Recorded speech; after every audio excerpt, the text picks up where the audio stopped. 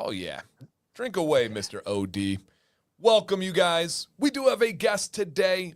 We are going to try something where we want to do almost a monthly update with Mr. OD down below, who we've had on the show before, and kind of take a state of AI development, a state of the industry because it's changing and developing so rapidly. So stay tuned at about halfway or a little bit past halfway. We'll be doing some updates. But first, welcome you guys to the Congruity Corner live stream. This is episode 17, and this is the Congruity 360 YouTube channel. My name is Dan C. Bearded. I am your host, co-host of this show. I am the guy to ask the questions, to drive the conversation, to come up with topics that really revolves around congruity, but is also interesting for experts and laymen's in general. If that sounds good to you guys, if you could do all the YouTube stuff, like hit the thumbs up, share it out. Who knows? Maybe you have a tech friend out there that you didn't know loved this kind of stuff, and it enriches their day and makes their lunch break even better. Thank you guys for being here. Thumbs up, and of course, subscribe to the channel if you have not. Today, we're going to talk about the first part of the show is going to be ransomware horror stories. Going over when it goes wrong and kind of just going over the companies that wish they had the proper protection in place before it was too late. And we will get into all that, but we will welcome our co-host and our guest today. First off, we have the man that is pretty well recovered from his hand surgery, looking nice, different setting. We'll have to get into that. Nick, how are you doing? And then where are we today? You're looking good, but you are looking different. Doing great, doing really, really good. Hand is doing well. I'm typing. Good. I'm like using all fingers with typing now. I'm not making any little two-handed shortcuts on my keyboard with the hunt and pecking. Yeah, exactly right. Yeah, so that has subsided, which is great. And I am since moving out of our old office building, and we losing that studio space, I've been kind of bouncing around a little bit, on different streams, kind of figuring out what I like. And this is actually in my office at my house. And so it's been set up kind of like a quasi studio before. And I've kind of always had my extra studio equipment in here. So now I just took everything from the old studio space and loaded it all into here. And eventually, you'll see some more stuff pop up, but it's a nice quiet space with good acoustics, and I'm liking it so far. It's comfy. Awesome, man. Yeah, looks good. Sound great. It's comfortable. That's what we're talking about. And I think Nick and I have had this like back and forth relationship. Nick had a much longer beard than I did, and then he cut his and I grew mine out. And then just last week I did a major trim to mine, and I think your beard might be longer right now. I think I was going to say, based on the photo, I'd almost say we're like dead on because you're taller than me. So your beard always looks a little shorter. True. Length for length, because it's like if we're the same length, your beard looks, shorter because you're taller. True. But I think still Viking length for both of us. We're still safe. Oh yeah, we're still Viking length. We're still in there. We're fitting the bill. Okay. We get to live another day. The photo shoot is still in the incubation period, but it's sounding good.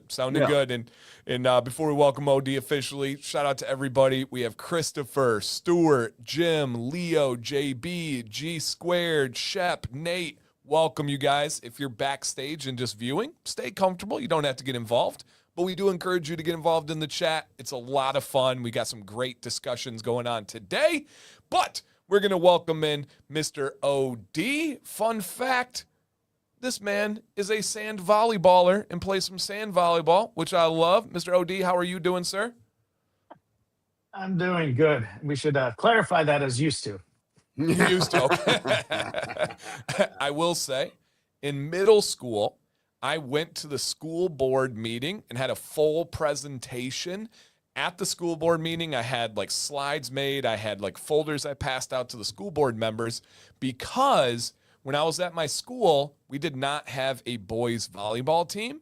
And I was really upset about it because pretty much every sport was available to almost everybody, but boys couldn't play volleyball. And it was such a bummer because I loved the sport so much. And now at the school I used to teach at, they have a full varsity team at the high school for the boys, and it's really growing. So I thought that was really cool. Huh, look at that. Yeah, the boys sports, and in the 90s, volleyball was real big for boys in California and Texas. Where I grew up in Northern Virginia, there wasn't a whole lot. So you either, if you wanted to play indoor, you played for Junior Olympics, or you played Yeah. outdoor in a, intermediate association, sand and grass. So Awesome. Awesome. And then interesting. Our topic is we're going to go over some stories that I've selected, and we'll get some feedback from Nick and OD. And but Shep says my current horror story is Microsoft outage with Exchange, Outlook, and OneDrive. I didn't know this, but I popped over here, and there is something going on with an outage here for Microsoft, specifically with things like Outlook. Did you guys know about this one yet? Yeah, Outlook.com. They're having a huge issue today. Wow. Yeah, and it seems to be a rolling regional issue from what I've seen anyway. Okay. Like it hasn't affected everyone at once at any one time, but it seems to have at one point affected everybody. Now, when you see that, is there any kind of tell or calling card of what this could be that caused? Is it an actual attack, or is it something that's from within and a mistake? Any idea just with the limited info you see? I mean, my default guess is always, ISP or cloud provider outage or some kind of, an outage of some dependency somewhere for a cloud service, right? It's, I don't go straight to it must be an attack, right? Right. But I definitely, with this one, it stinks like one of those issues where a cloud partner of some sort, one of the places where these technologies live, is experiencing some kind of either a connectivity issue or some kind of a routing issue potentially. I haven't looked in though, but it looks like we're starting to get some speculation out there though. That's for sure. Okay, you got people talking, and to call back to last week, Stuart Always says, "Come DNS. on, it's always a DNS one." It's always DNS issue. Yeah, exactly. I'm guessing that was supposed to be an exclamation mark. Yeah, or yes. I thought it was yes. a new version, DNS one. No, it's either, I remember a while, God, I forget how many years ago it was, but there was like this major outage that was caused by an old DNS host that was in it was a university hosted DNS server.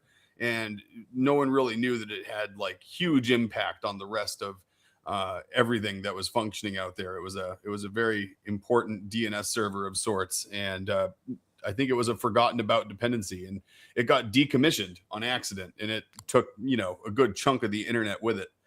Whew. Turned out it was authoritative on a bunch of things that nobody knew it was authoritative on. Man, that's crazy. Now, in a situation like that, do they ever like pin it on somebody and somebody's getting fired for it, or is there there's so many levels that it doesn't get to a person? Yeah, that was one of those ones that definitely didn't make it to a person. That was Okay. a collective failure over 20 years probably, that led to that thing being missed out of documentation and then just forgotten about as a dependency somewhere. But yeah, Stuart, my default whenever I hear these things is either DNS or BGP. It's either a BGP routing issue somewhere or it's a DNS issue somewhere, because that covers I don't know what, 60% of the stuff out there. Again, being a selfish network guy, I think maybe that number's a little high, but it's up there. I promise you, it's up there. And it just takes over the news stories too. It's just so wild with outages now. They just kind of get blanketed as one thing. And like we talked about last week with buzzwords, automatically the internet goes to it's down, there was an attack. And it's like, well, maybe we're learning that's not the case. It looks like it was an authentication issue or authentication configuration used by various Microsoft 365 services. Looks to be one of the posted root causes anyway, but it doesn't look like anything nefarious, and it looks like basically authentication errors, delivery failures, lots of things, and mostly resolved. Root cause was an issue with authentication. Yeah, look at that. Okay, so nailed it. Now, we love you guys being the roadmap to our content here, and Leo's like, hey, you're mentioning DNS. Could you just explain a little bit on what DNS is and then kind of how these problems come up, especially seeing that it's so common? Yeah. DNS service is essentially what, everything on the internet, everything on a network, and the internet's just one big network, right? So anything that's on a network has an IP address. And as humans, we're not good at remembering, that, a certain, octet of IP address numbers is going to be how you get to a certain website, right? We're much better with names like Right. google.com. Yeah. We might not remember, 8.8.8.8 to be able to get to, a Google DNS server. But we remember, the DNS name for it. We remember the name for it, the google.com name, right? And so DNS is just domain name services. It's what translates a name to an IP address, so that you can type a name and then we look up what IP address that name has for various services associated with it, and you get redirected to that IP address, and that's what your computer connects to. So your computer actually makes a connection to an IP, not to a name, but it has to look up what that IP address is based on a name first. Interesting. And then where does the issue come in that's common? The communication between the name and the IP, or how does that work? Either bad records or DNS outages. So the DNS server, you might not have, typically, anyone who's using a DNS service, even your phone, your computer, they all have multiple DNS servers listed. So if one's either replying slowly or it's not responding at all, you can always fail over to the next one and the next one. You can have multiple DNS servers.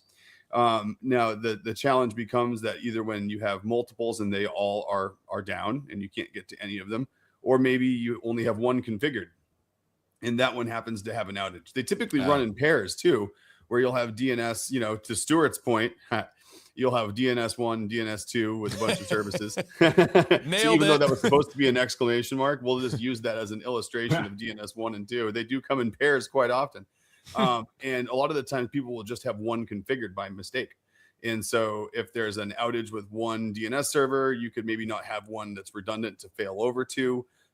You could have service outages. And then a lot of the time, the issue that people experience, and this is pretty common out there, I think, is brownouts of a DNS service, which is a soft outage, where you have something that is it appears to be up, you can reach it, but the back end is for some reason not functioning. So it's not actually either giving you responses at all, or maybe it's not giving you accurate responses. So it can appear like it's up, so you can keep trying to use it, but the information that you're getting back is either missing or bad. And so that's pretty tough, because it doesn't set off many bells and alarms until people report the issue because they can't get somewhere. Right. Yeah. For me, I'll have that with like social media or stuff. Like I'll pull up an Instagram, but it's just not working right.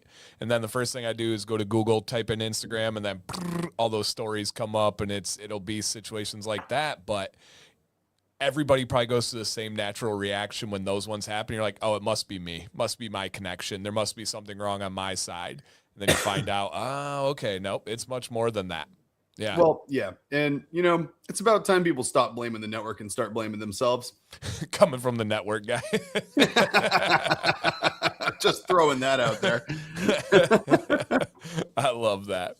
All right, let's go ahead and hop into our first story today. Guys, we got 3 stories, and then we will go into the state of the union on this side of things when it comes to Mr. OD and some updates. And of course, OD will be more than welcome to groove into all the topics before that. And then Leo says, real quick here, might a specific DNS server impact security? He prefers Quad 9 to Cloudflare for reliability. Do you have any advice on that? Great question, Leo. Oh yeah, absolutely. I mean, it's always good to use, something that's from a well-known good provider, especially something from like Cloudflare. I mean, they're responsible for scrubbing a lot of traffic for a lot of enterprises across the world. So they're really good at keeping their services online and secure and away from denial of service attacks and things that could bring them down. They're really good at scrubbing that type of thing off their networks and keeping their services safe. So something like that, absolutely. And you're far less likely to get any kind of rogue DNS injection with a large group like Cloudflare or Quad 9. Okay, perfect. Sure. Yeah, great question, Leo. All right, let me go ahead and bring up our first story today, and we'll start off with just kind of a headline first. Imagine paying $22 million to make your ransomware problem go away. You make that decision like, oh, okay, all right, I'm going to pay the bill. We're just going to do it. We're going to move on. 22 million. And the criminals rip off their own criminal partners. So you got these criminal partners going at it.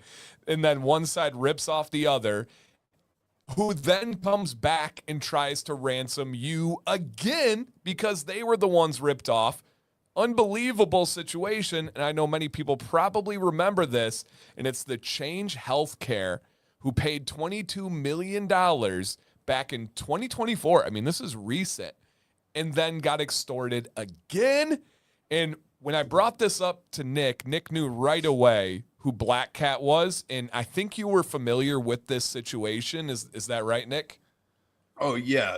There was, if you're in this world of incident response or anything to do in cybersecurity, you were definitely familiar with this one. And and Black Cat is a really well-known, criminal group, ransomware gang that operates. We've dealt with them countless times. Pete that we've had on has lots of interaction, with Black Cat over the years, as have I. And so and oftentimes people have questioned whether or not they've actually had multiple criminal organizations involved, or if this is all just one pretending to have the issues that they're stating to have, right? So interesting. There's you can't really believe much that comes out of those guys, obviously, right? Right. Right. But yeah, they didn't properly pay the affiliate who actually attacked Change Healthcare. So I wouldn't put it past them at all to not pay out an affiliate. But then, of course, you're allowed to consume. Black Cat's one of those operators that offers their services as a ransomware gang as a service. So if you have a foothold in a network and you have an in somewhere, but you don't operate a ransomware network, you can contract Black Cat to ransomware a target for you. And then you get an affiliate commission for basically that ransomware attack. So, just like anyone who's familiar with affiliate systems, it works no differently than if you were an affiliate for, a beard care company, or, anyone else, right? It's right. You get a commission. And so if you don't get paid and you're the one with the foothold in the network, chances are you're going to go after the person you attacked again, to be able to get your piece of the attack. That's crazy. No honor among thieves. Exactly right. Now, last week we talked about in buzzwords and went over the black market. We went over the other side of the internet, right? Is this where now this is for education purposes only, literally no ideas here, not trying to, is that where these transactions would happen? The dark web? Absolutely. Okay. Yep. Yeah, there's whole marketplaces that are set up for it. And, Black Cat has they have big sites that are accessible, on the dark web. And, the site is really well maintained. It's a professional looking web page. It advertises exactly what they do and what services they offer and how to interact with them, how to contract to them, how to request their services. They have partner engagement managers where you can engage with them and, become an affiliate, right? That's and for people that don't live in this world or even in that specific niche of the world, like you've known this and done this stuff for so long that it's just become like matter of fact. I don't think you realize how crazy that is, that, and like Pete had talked about, their customer service is better. He used Verizon as an example. Oh, yeah. Like I still haven't fully wrapped my mind around having a full company model. You have customer service, you have receptionists, you have people that are setting up affiliates. You have these things for an entirely I assume 100% criminal business, that there's not anything, because like oftentimes you have the scammers, right, that we see all the videos of, but they live within a floor of a section of a legit business. They're just kind of hidden within there. This seems like their full business model is just purely illegal. Oh yeah, fully distributed, fully Crazy. peer-to-peer, no offices anywhere, things like that. It's all just, peer-to-peer ad hoc, people. creating the network of engineers and architects and hackers that make up that whole, mix of people. They even, I mean, they have accountants that are on staff to be able to know what they're allowed to extort people for. I mean, there's all sorts of, and then of course, there's a lot of add-on services, right? It's crazy. You look at some of these sites, and we've seen these ransomware gangs where they'll offer to even launder the money for you that they get in ransoms, right? So you get it in Bitcoin and then turn it into real cash, and they have percentage-based fees to make sure that you get your money securely and all this stuff. And so it's a whole, I mean, it very much is like you're buying a pair of shoes that are like, imagine going to like Fight Club, one of those websites where you buy like really hard to find clothes or shoes or something like that. And there's escrow services and there's authenticators and things that go involved to make sure that everyone's doing exactly. Make sure everyone's doing an up and up transaction. I mean, you have it's the same process that exists when you're doing this, type of stuff on the dark web. That's mind blowing. It's really like AWS for bad actors. It is. Right. You want to rent a botnet for a day to DDoS somebody, or exactly. And it's like they have all the options too, Matt. It's like, do you want to pay us to do it, or do you want to do it yourself? Do you want to self-service portal, or would you like to contract us to do it for you? In which case, we'll provide a statement of work, right? And it's like, wow. Yeah, so you run it yourself, or we can give you the code, some of the scripts and vulnerabilities, that, so you can do it yourself, like you said. Yeah, it's exactly right. Whatever you want, however you like it. Yep. It's their motto. It really is. And I mean, and then you get situations like this, where it's like Leo said, there's no honor among thieves. Right. And that's always been the question, right? It's like if somebody blackmails somebody with like a photo of something on their phone, like what are the chances that photo actually gets deleted when you pay that person or something, right? You think about celebrities and all these people. It's like those things resurface because they don't delete the photo. And next thing you know, their phone gets hacked. And then that photo gets released. And meanwhile, it wasn't even the person that was extorting someone to not release the photo. So it happens across every, dirty industry. And we'll be talking a little bit later in this show about a similar topic, but then it's like in this situation, right? One criminal betrays the other criminal. What are you going to do? Call the police, call the FBI and say, hey, they didn't pay me my cut of this money. There's no honor amongst thieves. You can't call the Better Business Bureau or the Attorney General or, no Google reviews left in 1 star for them. The marketplaces, though, however, do have their own review systems, and you don't like to end up on the bad side of those, or else you're not going to get any new business. That's so crazy. They're like, hey, this works on Amazon and Facebook Marketplace and stuff. We're just going to use those models, but, on the dark web. Oh, yeah. We were doing security research. You have to interact with these people quite a bit, and you got to interact with their web pages. And one of these ransomware gangs we were dealing with a few years ago, they did 2 things. They sold counterfeit currency, and they sold ransomware as a service. That was their 2 avenues of income. And we had to follow them down onto this marketplace, and we found them, and there they were listing literal boxes of currency, and it was being sold on like $5 on the 100 or something like that, right? It's like 5 cents on the dollar, whatever it was. And they had reviews from people that were sending in reviews from multiple places where they were, ordering literally just great. They were ordering, currency by weight. Jeez. 5 out of 5 worked at the mall. 1 out of 5 I'm arrested. Sorry, it's terrible. No, exactly right. But it's like they had full on reviews of someone comparing them, and he did a full analysis across multiple vendors, and did the thing that you'd see if you were looking at a pair of gym shorts on Amazon. It's like, well, the elastic on these was a little tight, but the drawstring on these other ones was really high quality. I need this show and this stream to get out to people, because the people not in this industry, this stuff is so wild. It's so hard for me to comprehend that exists. It's just so crazy.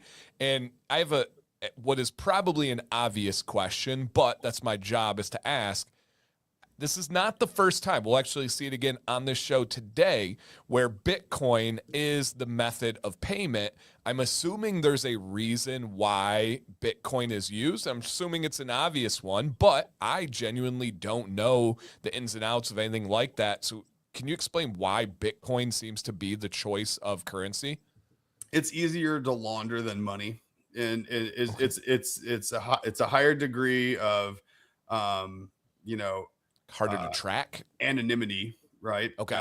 And as long as they have the proper systems in place to anonymize their transactions, it's decentralized. It's for the most part anonymous, unless you have a tracked wallet, or you get again, there's a lot of ways now that the government and other watchdog services and security research groups are getting pretty good at tying wallets to identities and seeing where things move. And obviously it's getting harder and harder for these people to operate anonymously, even with the veil of Bitcoin. Right. But that being said, there's now a myriad of services out there that can hand you back, completely anonymized, Bitcoin, for example. They're called tumblers, and you get these tumble services out there that basically it's like it tumbles the Bitcoins and puts them into other forms of digital currency and then turns them back around. And for a fee, of course, and a percentage of proceeds, they will make it so you're less likely to be tracked. Yeah. That's the tough thing with tech, is like all this technology is developing to catch them and to stay up to date with them. They also have the technology to stay ahead too. Right. And that's why, when we talk to people just on the data security side of things, data at rest, data in transit, Right. Whatever conversation we're having, it's the problem is that you see these industries, and it's very illuminating that each of these industries are operated by people that treat that space like their full-time job. It is their full-time job, Yeah. right? Exploiting and doing these nefarious activities is their full-time job, which is why Literally. security can't be a part-time job for us. Ooh. Right. And you look at these guys in these very well-developed industries, and I think that's what this stream does a really good job of illustrating, especially here, is that there's just, these are very well-developed full-time employee-based jobs. So if you have an enterprise and security is an afterthought, and you have your network team and your infrastructure team having certain security focused people elected that form a distributed security team of sorts, just know that those part-time security engineers that you have working for you are fighting against full-time seasoned professionals. And it needs to be a full-time focus, because well said. It's That's a full-time banger. focus of our attackers, for sure. I like that. Okay. Let's see the next one here. Cybersecurity spending can look expensive right up until you're comparing it with $100 million in business interruption. Whoo! This is a big one. And again, it's one that people are probably aware of. I actually remember talking to Nick about this when it happened, not knowing anything about Congruity or anything about the future of the stream and stuff. And this was MGM Resorts. One cyber attack cost them around $110 million. And to my understanding, they did not pay the ransom.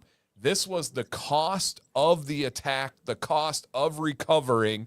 And it really brings up the question that we'll kind of just really dive into next after this discussion is, when do you pay? When do you not pay?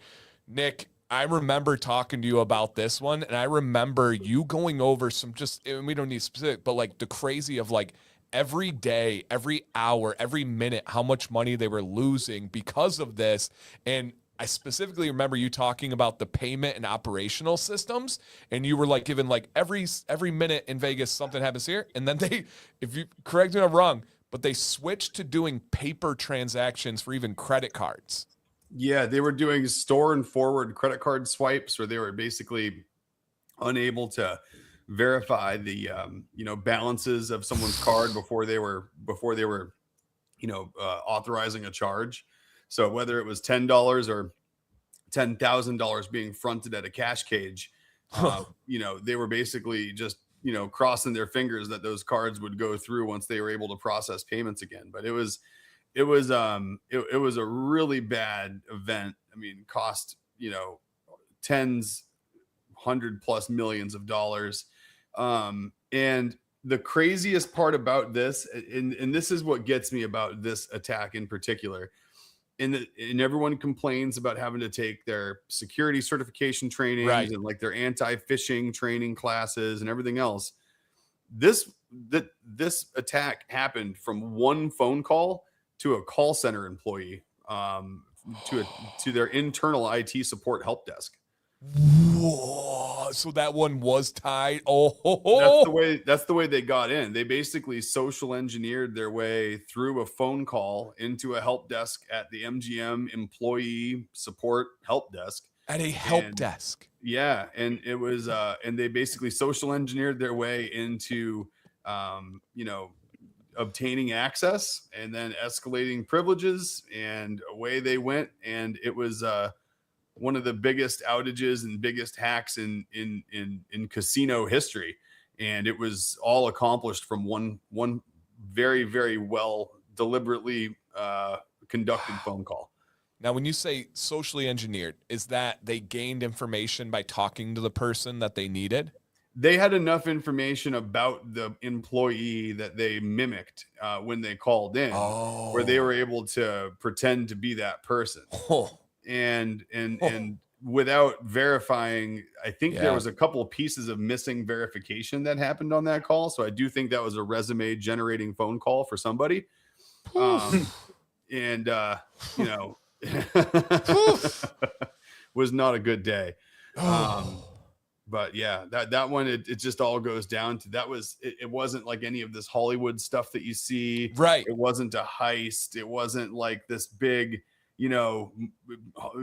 Ocean's 11. Yeah. George Clooney was nowhere Ocean's to be 12. found, and it was literally just a phone call, someone over the phone saying the right things to the right person. And man, they obtained access. Yeah. That's why they say you're only as secure as your weakest link. That's it, so man. true. It's That's why we so have all that true. training is Yeah, to level set people. It is. It's so true. And it's like, and it doesn't matter where that weak link is, they're gonna find it. Yep. And so many people have stories. Kenny said, we got hit about 2 years ago. Someone clicked a link in an email. We were down today just at this one site, lost $1 million in one site one day, $1 million in production, but it affected multiple sites around the globe. Wow. One email, one click. That's so crazy. Yeah, it's career limiting mouse clicks. Yeah. And as it says down at the bottom here, as we saw in that first story, MGM had to weigh that pros and cons. Do we pay? Do we move on? Even paying doesn't guarantee that it goes away. Like, again, you're dealing with criminals here. Yeah, exactly. I mean, that's it. And it's not like you're going to really get like okay, let me get a commitment letter to, let me get a paid in full. I need to get. Yeah. I need a legally binding document from you, please, on this. Exactly right. Now, I want you to send me a video of you deleting my files. Yeah. Okay, one more story here, and kind of leading off with some, like, food for thought. And anybody has anything to add in, keep it coming, you guys. You guys are amazing in the chat. Should you pay? Is there a time where law enforcement gets involved? How much is downtime worth, right? Obviously depends on the company and the industry, and all of this is relative. And how does an IT intrusion become a national security problem? Well, kind of the last story here, again, another big one, and this is the Colonial Pipeline.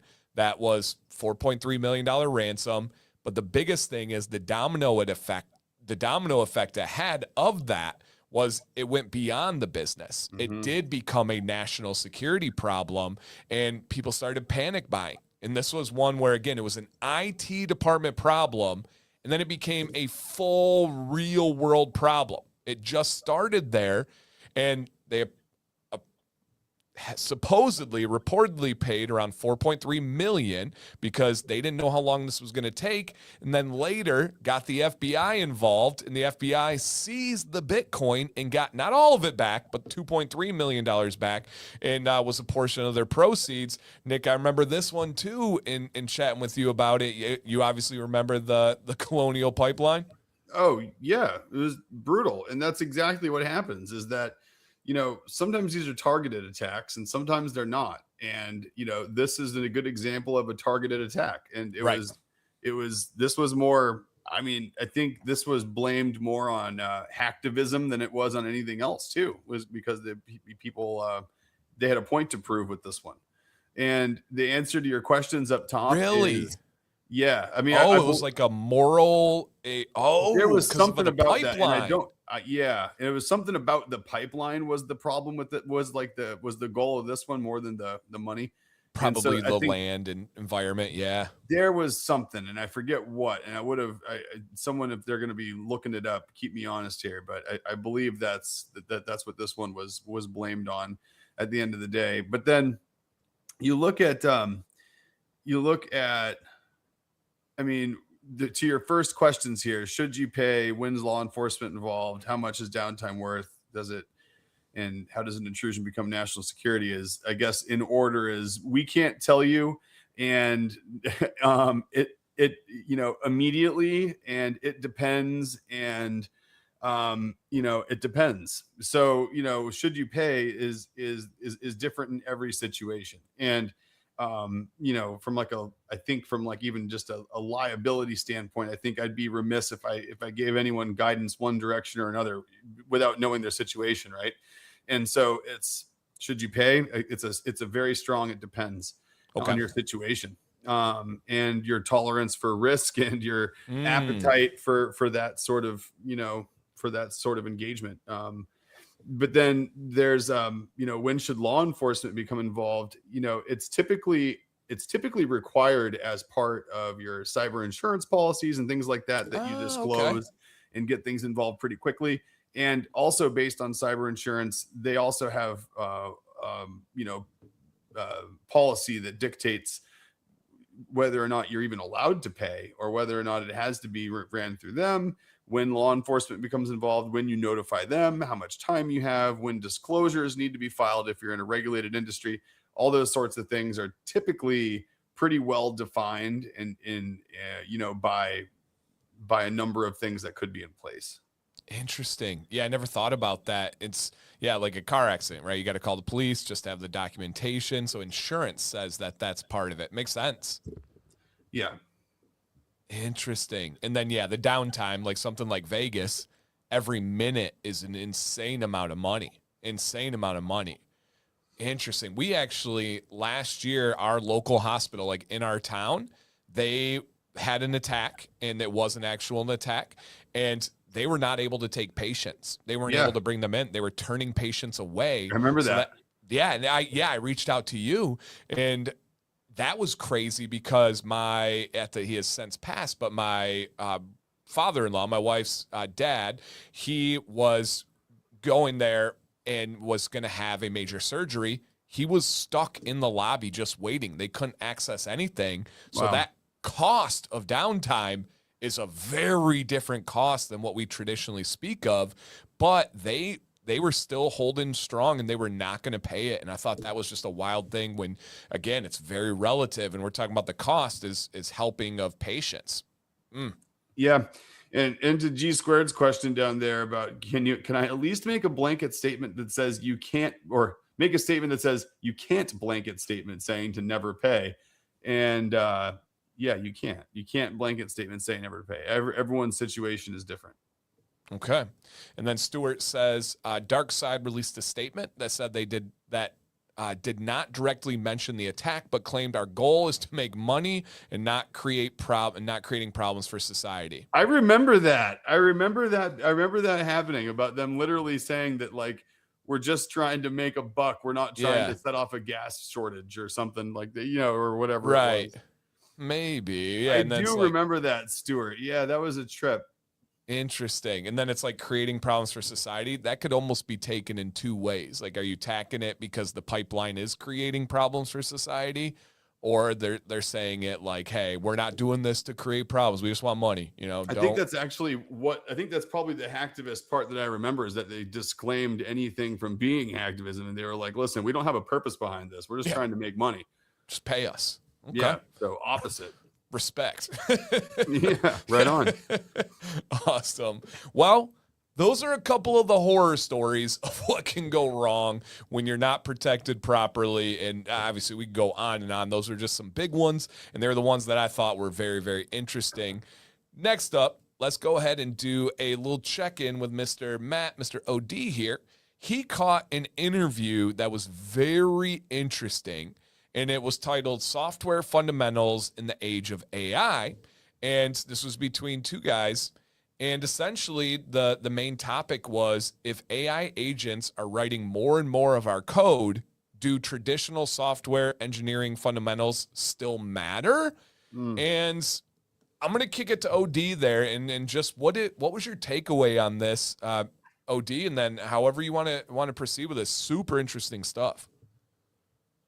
So it's, I think I've said it a couple of times on the prior shows, is I'm a big fan of Matt Pocock and his skills. And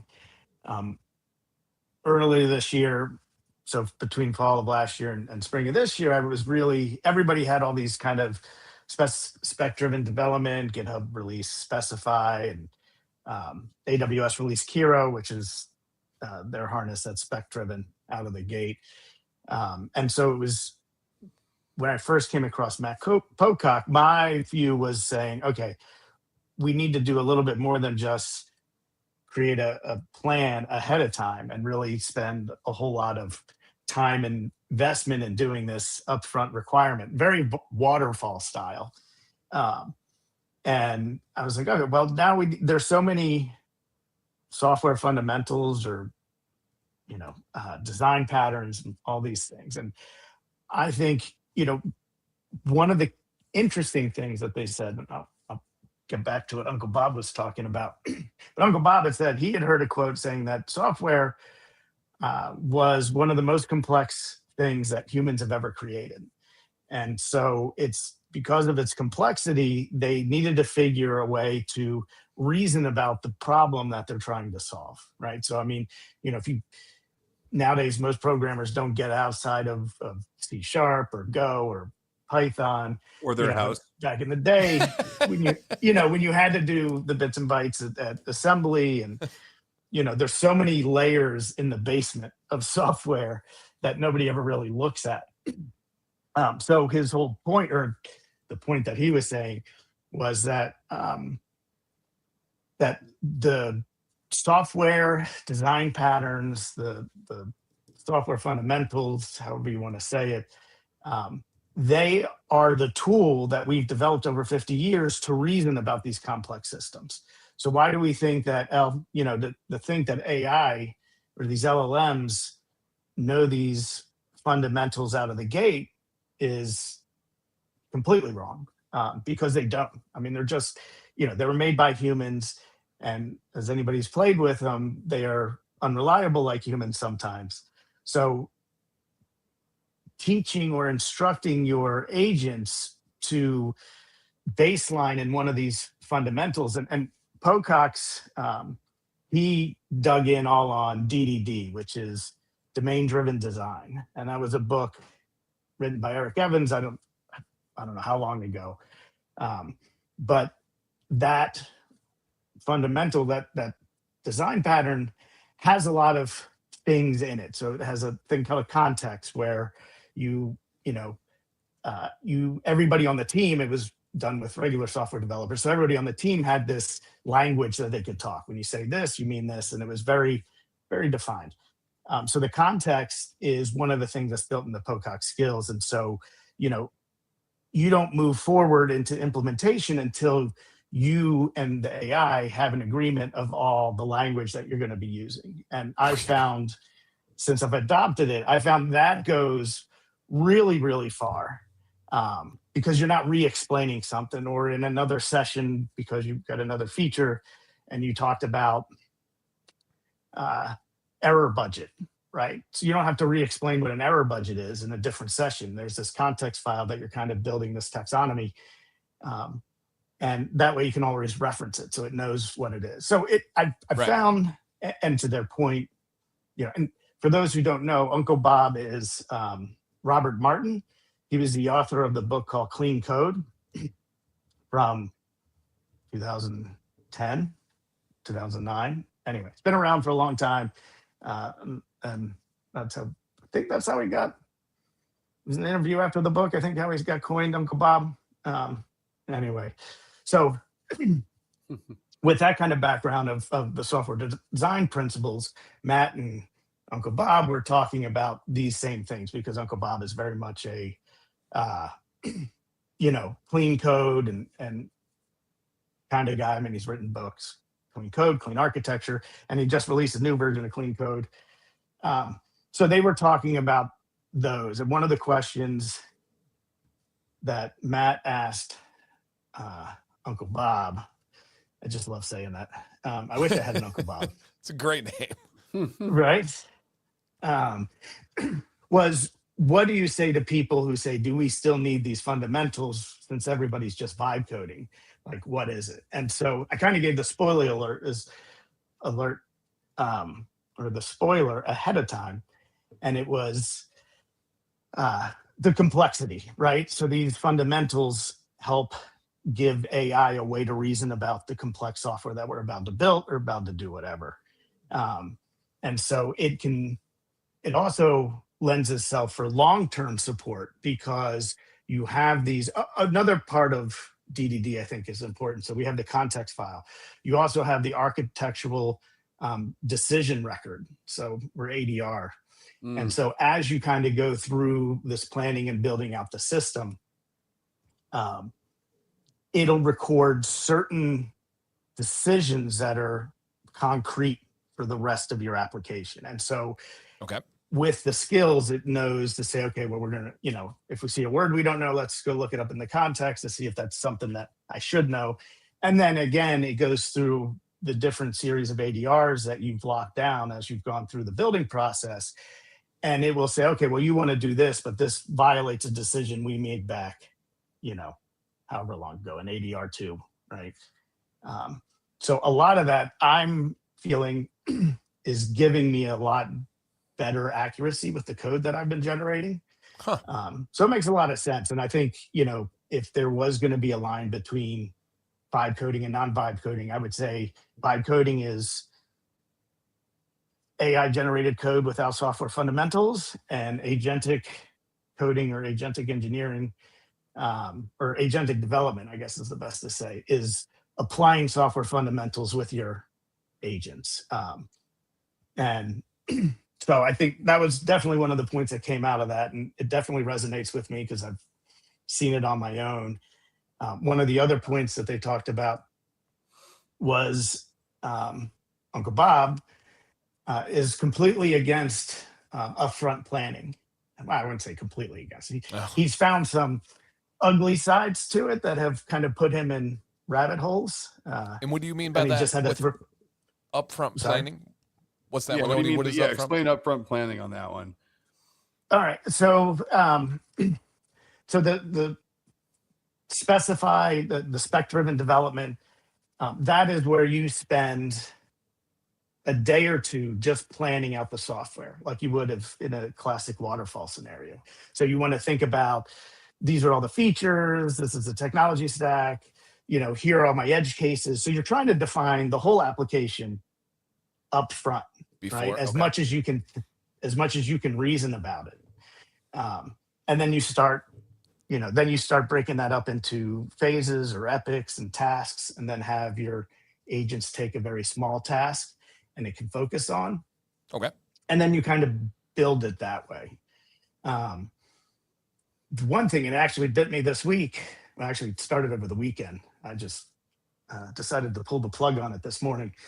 And Uncle Bob says, he's like, if you do all that upfront planning, he's like, the problem is we're also humans. We can't think of all the things that we want. The way we see it in our head makes sense, but when we actually start generating code, whether it's us or AI, we're going to hit walls or edge cases where, oh, the way we thought that doesn't make sense. So now we're kind of, depending on how far we've gotten in that process, making that change could have, implications across everything else we just did. So his philosophy is you just kind of start with the agile. So let's do a phase. I want a welcome page. I want a login thing. I want to, and you just kind of build on that way. And his analogy was, if you had $1, I'm going to screw this up. If you had if you paid a contractor $1 to build your house, and each change was $1, that's kind of where he was. So even the foundation, he's like, so if you're building the house, you kind of figure, you got your kitchen next to the garage, and then you realize, well, that's too noisy every time the garage door comes in. Then you want to move things around. So, then it's like, oh, well, this is a bad traffic pattern, so let's move the stairs. So you're adding up those $1 changes as you're building this thing, versus if you go up front to an architect and pay him like $30,000 for a design that you're kind of stuck with, right? So his whole point was it's a cheaper investment to work things fluidly rather than do a pre-planned up front. And my personal project was my personal anecdote that I just pulled the plug on this morning was, it was a simple little tool to read my daughter's coach's website. My daughter plays golf, so there's, the schedule changes. It's very, very. You were making an AI agent for this? You're a madman. Well, I mean, why not? I mean, well, it's funny. We started with AI, and then it was like, you should just do some basic parsing. So I'm like, okay, we went to this, and then so different. Go back where you were just a minute ago, though. So like, for everyone that isn't participating daily in agentic development, what I've come to realize some things over the past few months that are like super true in what you're saying, is that if you leave the architecture side to AI, and you just do a feature-based description of it, you're going to get wildly different results than, and it's not going to be consistent from start to finish either, because it's not going to follow an architecture. It's not going to follow a framework, like you're saying. Right. And then, so I think what's interesting is, vibe coding would essentially be agentic development with no defined framework. Essentially, if you really think about it, it's like describing things as you go, describing features, and then not having any framework or design principles behind it. And you're letting AI not just develop the code, but also the methodologies it's using to write that code. And so, for someone out there who's kind of like looking from the sidelines, it's really interesting to see the, people talk about the quality of code coming out of AI. Well, we just framed up a way where, there's no way to say in a blanket statement what the quality of code coming out of AI is, because just like an individual developer, the individual person that's running that agent is going to dictate the results far more than the model that they're using. Right. Spot on. And that's so, I just had a discussion. Obviously, this is way lower level, but the AI poster slop that's out there right now, and all the posters look the same. Oh, yeah. Somebody commented that, and then I get frustrated because that is just the bottom of the barrel use of it, and people saying, make me a poster with this information. It's only as good as that prompt. You can make it amazing. Look like, so I do this, right? I'll tell it, make it not look like AI. Please make it look like a Canva template. And then I'll adjust it from there. And it's like, it's only as good as the person. It's only as good as the prop. And then all of this, when OD was talking, I was thinking of you, Nick, and the things that you were making with your jive coding, and how there were tons of warnings to you. Hey, if you do it this way, you're going to do it wrong. And then you've taken that approach where it's just kind of step by step. Every feature, everything, you're given those adjustments, kind of like you say. It's very interesting. Yeah. No, it is very, very different. And because of, OD's heavy influence on everything that I do from a development standpoint, is there's like, there's a huge difference in the quality of stuff that I'm producing. after following some of these methodologies that he's mentioning. Makes Like sense. just, the difference between, again, don't try and define everything up front. Define the framework, the architecture, the methodologies, and document those things along the way. And then you can be fluid in your development as you tackle things and move through it.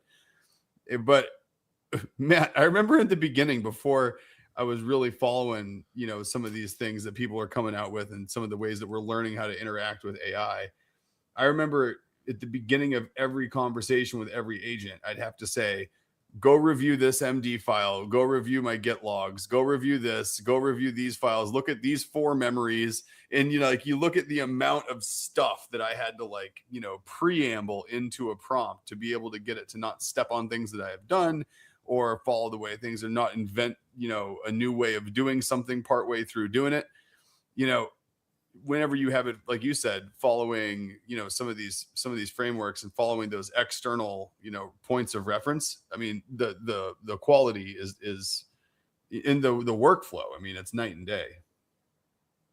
Oh yeah. I mean, and so using those systems, and like you said, you'd have to preempt it. That's where kind of skills come in. So you can say, okay, my skills, if we need to look at something, go pull it in here, and you allow AI to kind of figure out which skills it needs to use at that time. And that, but having that fundamental really changes the quality of code. Because I've found, as the newer models and the newer harnesses, especially the newer ones in Claude Code, is like they're very TDD oriented. I have this other application that I've written. I've now got like 820 tests with 2,600 assertions. I'm like, that never existed in any code base. No.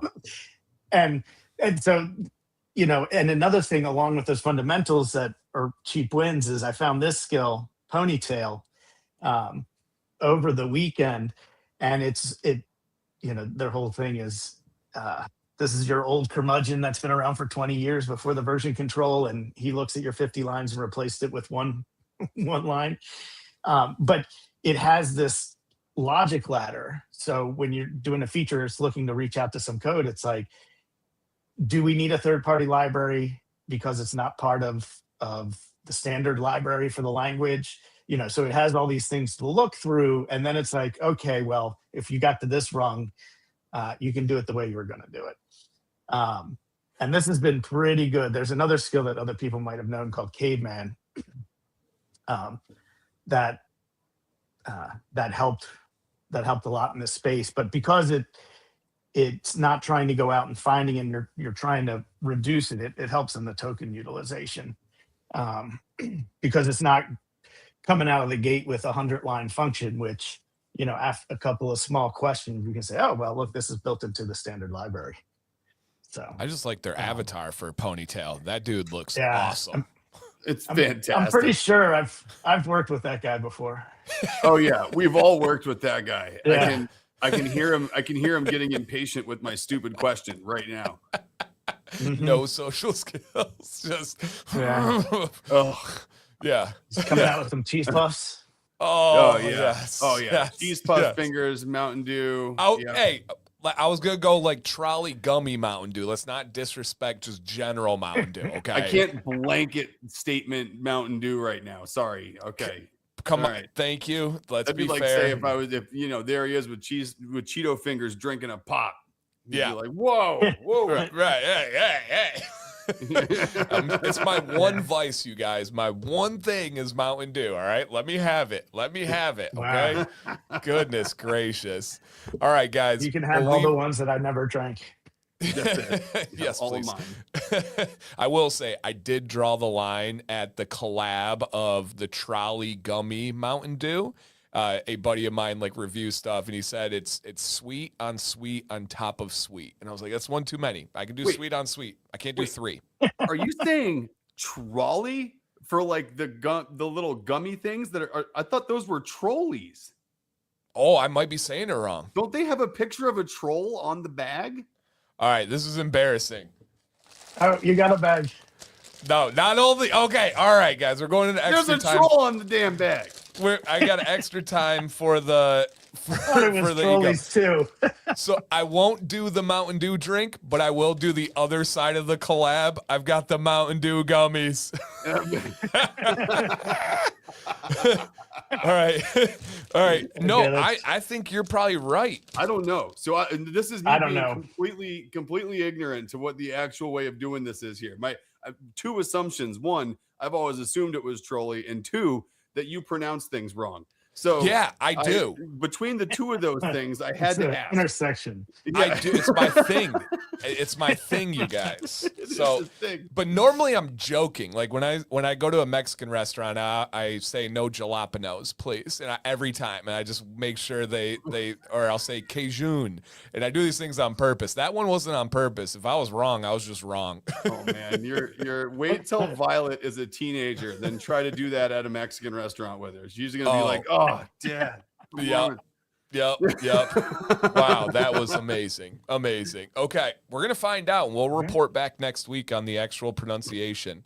Okay. So stay tuned. I'm in. Well, thank you guys for hanging out with our stories. Maybe put a little fear out there. No, just kidding. We want to learn from the lessons of the past, right? As a former history teacher, if we do not study history, we are doomed to repeat it. We want to make sure we're learning. And then OD, thank you so much, man, for those updates. Stuff I never really thought about, or phrases I never thought I would say.